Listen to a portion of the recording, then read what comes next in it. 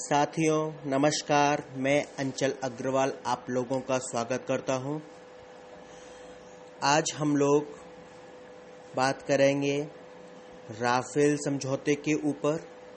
जब हमारे प्रधानमंत्री श्री नरेंद्र मोदी जी फ्रांस गए थे तब उन्होंने वहां पर 36 राफेल विमान का समझौता किया था और मैं इसको भारतीय वायुसेना में ऑक्सीजन के रूप में देख सकता हूं, क्योंकि यह एक ऐतिहासिक समझौता है। हमारा जो वायुसेना का क्षेत्र है वह लगातार युद्धक विमानों की कमी को झेल रहा था। इसके लिए बहुत सारे वायुसेना अध्यक्षों ने सरकार को आगाह भी किया था, परंतु सरकार ने इसके लिए कोई ठोस कदम नहीं उठाया और चलता है जैसी विचारों को बार बार वे देते रहे कि कोई बात नहीं, चलता है, नहीं है तो। लेकिन इस समय पर ऐसी स्थिति आने लगी थी कि चीन पाकिस्तान को मदद कर रहा था और अभी भी कर रहा है।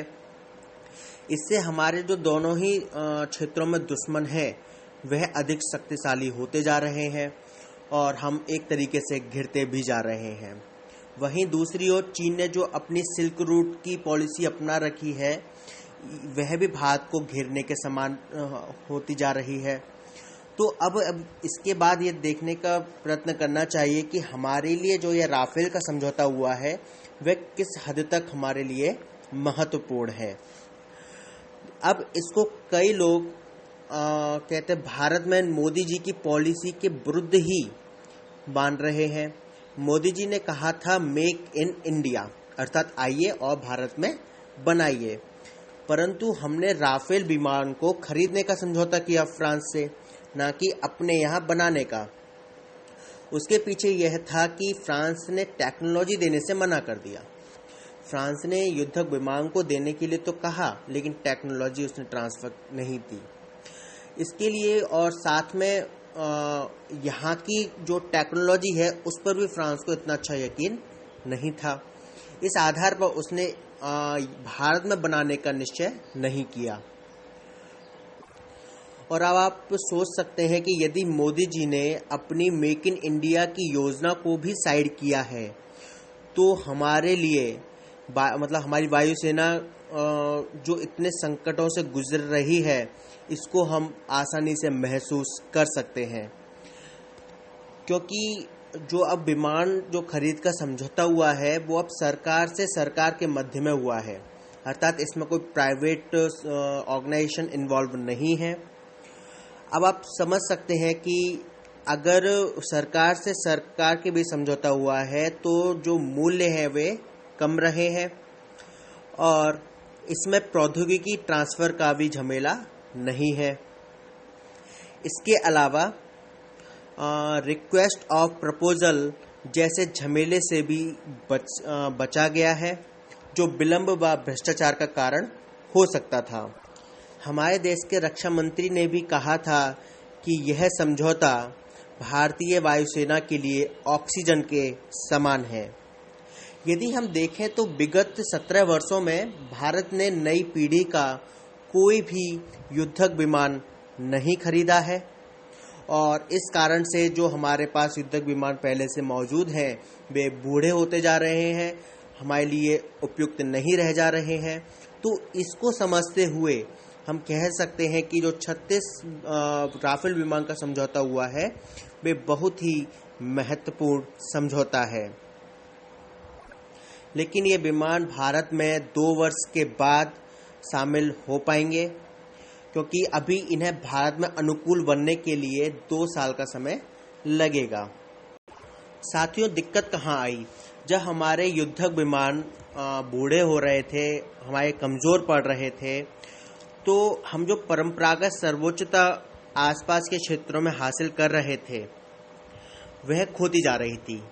यहाँ तक कि पाकिस्तान भी हमसे इस मामले में आगे बढ़ रहा था और हम जानते हैं कि पाकिस्तान की तरफ से हमें लगातार सीमा विवाद झेलना पड़ता है और सीमा पर वह लगातार गोलीबारी करता है।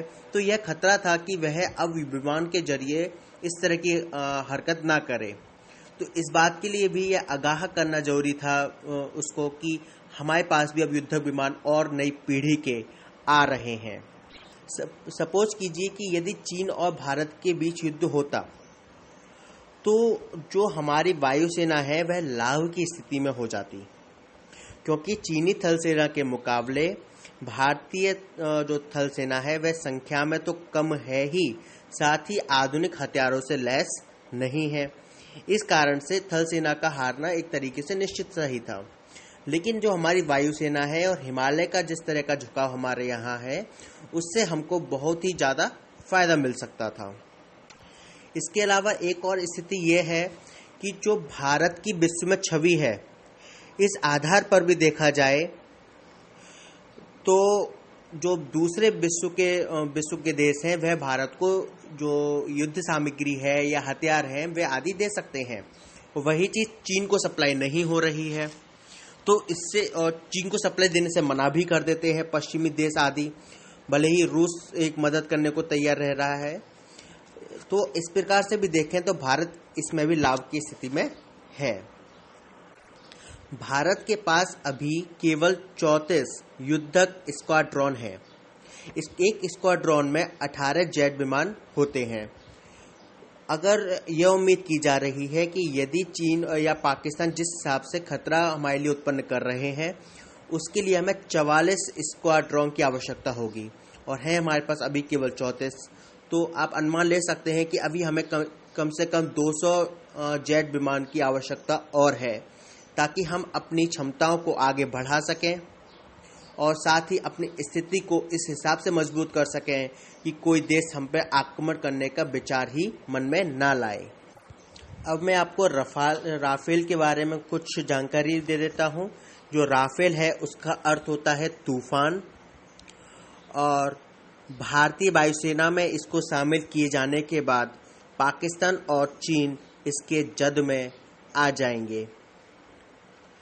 और इसके अलावा 2 इंजन वाला राफेल मध्यम श्रेणी का बहुउद्देशीय लड़ाकू विमान है, जो सभी तरह के मौसम में एक साथ कई काम को अंजाम देने में सक्षम है।